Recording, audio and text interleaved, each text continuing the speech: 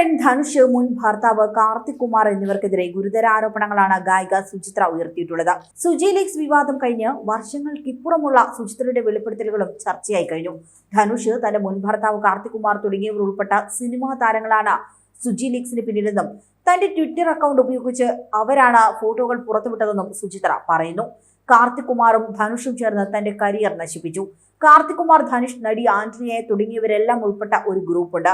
കാർത്തിക് കുമാറിനോട് തനിക്ക് ഒരിക്കലും പൊറുക്കാൻ പറ്റില്ല എന്നും ധനുഷും കാർത്തിക്കും ചെയ്ത കുറ്റത്തിന് ശിക്ഷ വിധിക്കാൻ താൻ ദൈവത്തെ ഏൽപ്പിച്ചുവെന്നും, കാരണം സുഹൃത്തുക്കൾക്കോ കുടുംബത്തിനോ ലീഗൽ സിസ്റ്റത്തിനോ ഒന്നും തന്നെ സഹായിക്കാൻ പറ്റുന്നില്ല എന്നും, പക്ഷേ ദൈവം തനിക്കായി അവരോട് കണക്ക് ചോദിച്ചു തുടങ്ങിയെന്നുമാണ് സുചിത്ര പറയുന്നത്.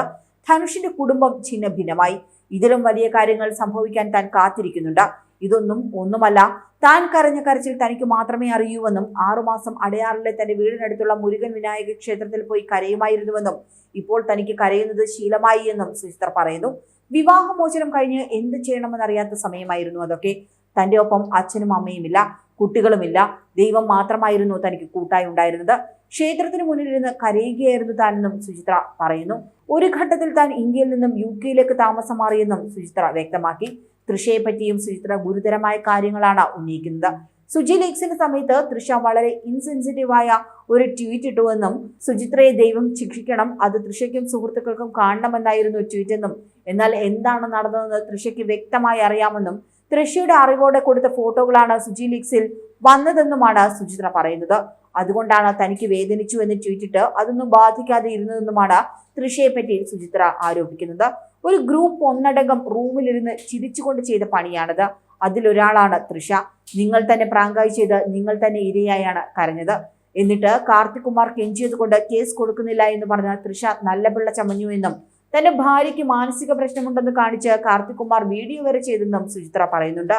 അതേസമയം കാർത്തിക് കുമാറിനെതിരെ മറ്റു വലിയ ആരോപണങ്ങളും സുചിത്ര ഉന്നയിക്കുന്നുണ്ട്. അതിലൊന്ന് കാർത്തിക് സ്വർഗാനുരാഗിയാണെന്നുള്ളതാണ്.